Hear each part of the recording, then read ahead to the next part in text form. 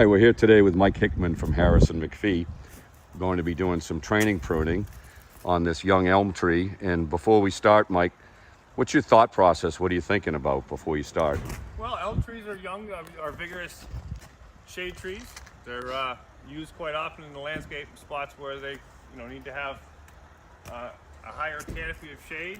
Quite often they're used over in parking lots and places.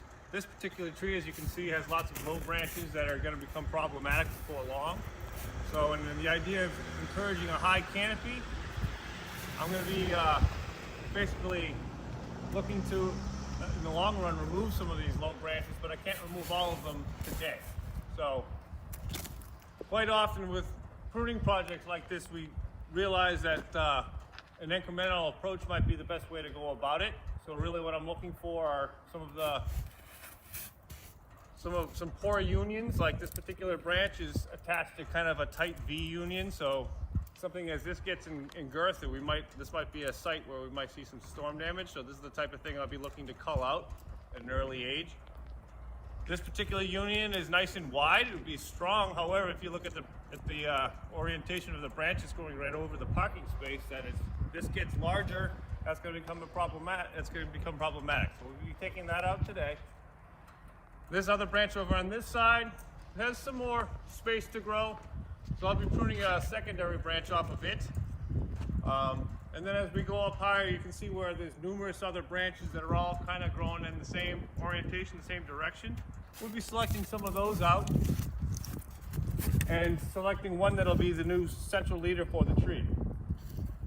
That central leader will help the tree have an easier time growing up into a high canopy and be less confused, as far as sometimes trees can be a little bit confused and have co-dominant stems, which end up getting poor structure in the future that way. All right, well, that's great. I'll let you set the ladder up and we'll make a few cuts. Okay. So he's taking some of those low branches off now that are going to be a problem in the parking lot. And they're just temporary branches that help to grow the trunk in diameter for a number of years while they're getting established. But the canopy of an elm tree needs to start up much higher, so I'm going to try to eliminate some of those and start establishing a taller, higher canopy. Making some proper 3-cut pruning cuts, an undercut, a top cut, and then a finish cut. Being careful to stay outside the branch bark collar and the branch bark ridge. This collar is a little wonky because of all there's some buds in here, but I'm going to defer and leave a little bit of a stub and let this tree kind of start to compartmentalize this a little bit, and that way I can make a better cut. I wouldn't want to make too big of a cut and make a big wound on the stem right here. Okay, sounds like a good idea. Again, many times we try to think in a long term when pruning shade trees, so many times it's important to tell the client that it's an incremental process, that we're going to be doing more work in the future. So some of these branches I'll be pruning the ends off of with the idea of be putting that in my back pocket to remove that particular branch later on. Sometimes what happens is you can trick a tree into thinking a branch is dying by doing some pruning to it. That way the plant continues to go through the process of shedding that branch and maybe pushing a stronger branch bark collar for us to have a site to prune back to. All right, we'll get the ladder set up and do a little higher pruning on that. Okay, now that Mike has his ladder properly set up for safety so he doesn't fall off, he's going to talk about the next steps. So basically, as I talked about earlier, up within the foliar crown of the tree, we have lots of these branches that are all growing the same direction. And as you can imagine, if we let them all go, and all of these continue to grow in girth, they're going to cause problems. They're going to outcompete each other. We're going to get some structural problems that we don't want. So really what we're doing today is trying to train this tree and to help the tree to have a good future. So I'm going to basically remove this whole center branch, add its collar right here. It's going to help to alleviate some of that competition in the future that we were talking about. And also, to be honest with you, of all these unions in here, this is the one that I don't like the most because it comes out and then kinks back into the center of the tree. We really prefer the growth that radiates away from the stem. It has the best growth going into the future.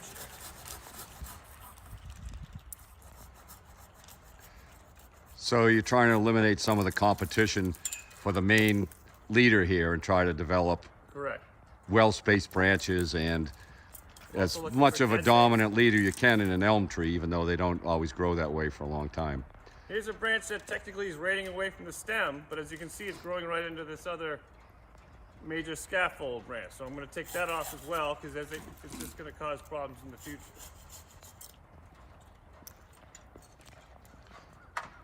Now, as we go up, the tree starts to really radiate out, spread out with all these different tops. See them all?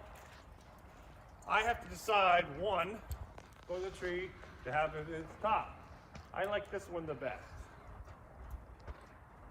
In an ideal situation, your new top will be right in the center and make it all look nice with a cherry on top. But trees usually don't work like that. So this is going to be our new top. So what I'm going to do is we can either remove or subordinate the other leaders.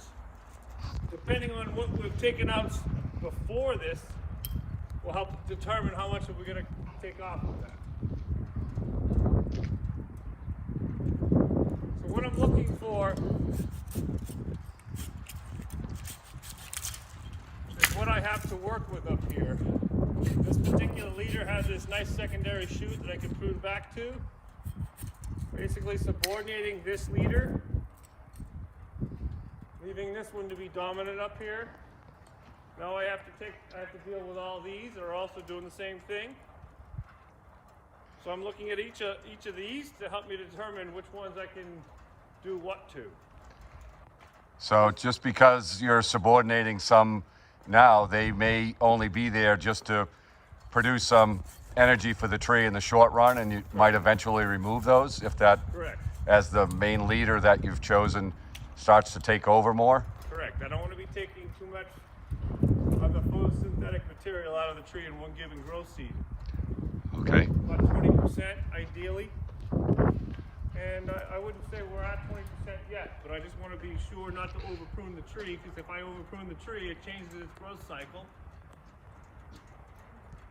And that's not what I'm looking for. This particular branch here is right in the middle of these other two.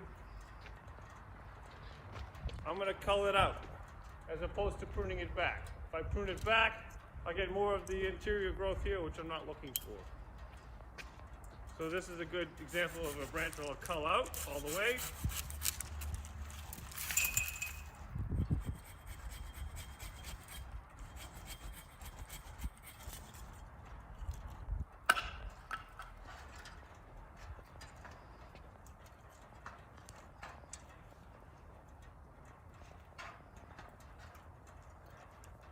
I'm going to subordinate this stem to here.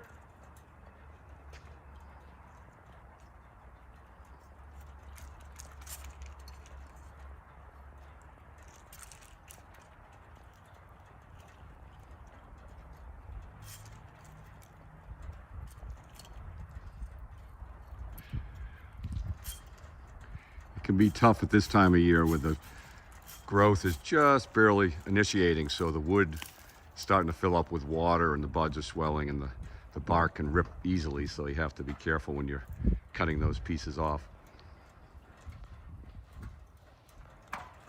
Things always look different up here, so never be afraid to come down and take a look at the tree from afar. Yeah, so I think has a nice top there, and he's. Yeah. What do you think you do next, Mike? You Let me get my pointer. All right, so as I look at this, This is the center. This is my new leader. I've subordinated a couple of others, but I still have a couple that are stretching way too far up. This is too far. And these are too. As I look at it,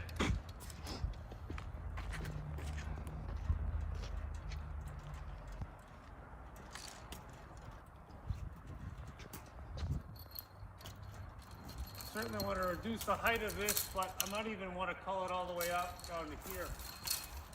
These are the decisions that I'm trying to make with the idea that I'm going to be coming back and doing some more training pruning on this in the near future. So trying to decide what I want to cut out now, what I want to stunt, allowing it to still produce food for the tree while it continues to grow and respond to the pruning that I'm doing for it now, with the idea I can call these things out later.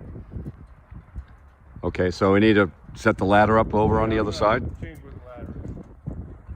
So Mike has set up the ladder on the other side of the tree, and he's actually going to, move to the next step. One of the things I just did is I made a pruning cut here because this particular portion was stretching way out there and kind of doing some of the other things that we already have branches doing. Now, it's important to say, like we were talking about, we want our foliar canopy to be up high. We want our foliar canopy to be up high. So we're keeping in mind, a lot of these lower branches are temporary. This branch is only going to be here for maybe 5 years until this all starts to perform up here and we can take it off. Same thing with this branch.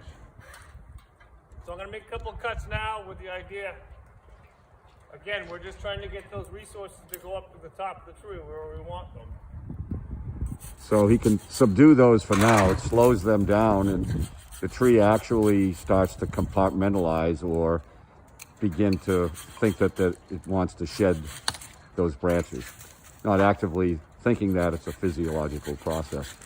So you cut one of those codominant stems on the branch off and subdue the other one, just making it less important for the tree. I have two branches that are very close to each other here, so I'm going to take this one in the center off, leaving this one going out front. That's why I'm cutting this one off. It also gives me nice branch spacing in here. We don't want too many branches coming off the main bowl too close to each other.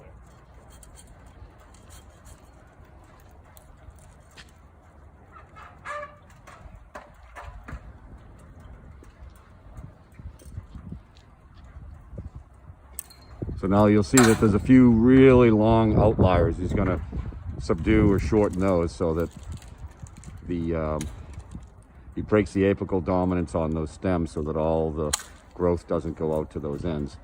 So he's trying to just subdue and shorten other leaders that may potentially compete with the top that he's chosen for the back.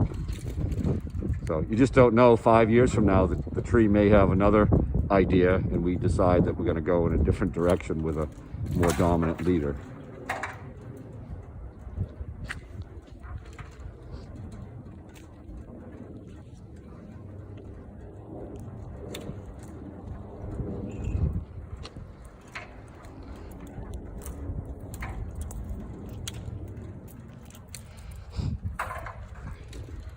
Just cleaning up the stem a little bit.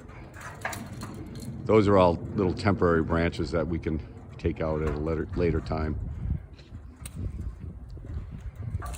Just trying to get everything sort of radiating out from the center, anything that's conflicting or rubbing or interfering with each other. I have these two ends sticking out the front that I don't like, but I don't have a good angle to make that cut. So he's going to just cut a few more tips there, probably set up the ladder and finish those up.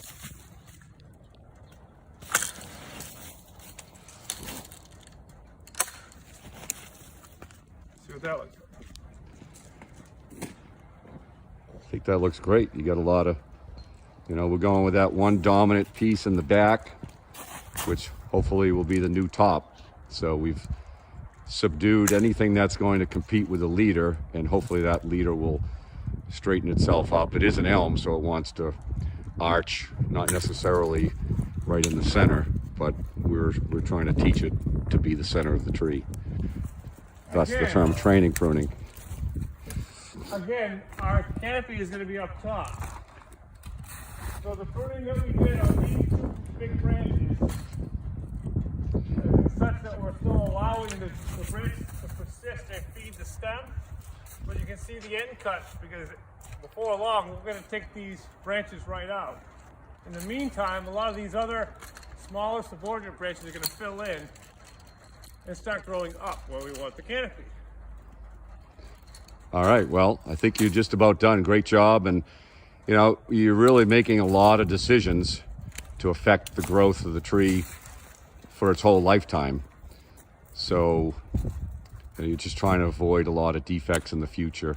So I think this is one of the most important types of pruning that we can do to cut down on the maintenance and all of the weaknesses and problems trees may have in the future.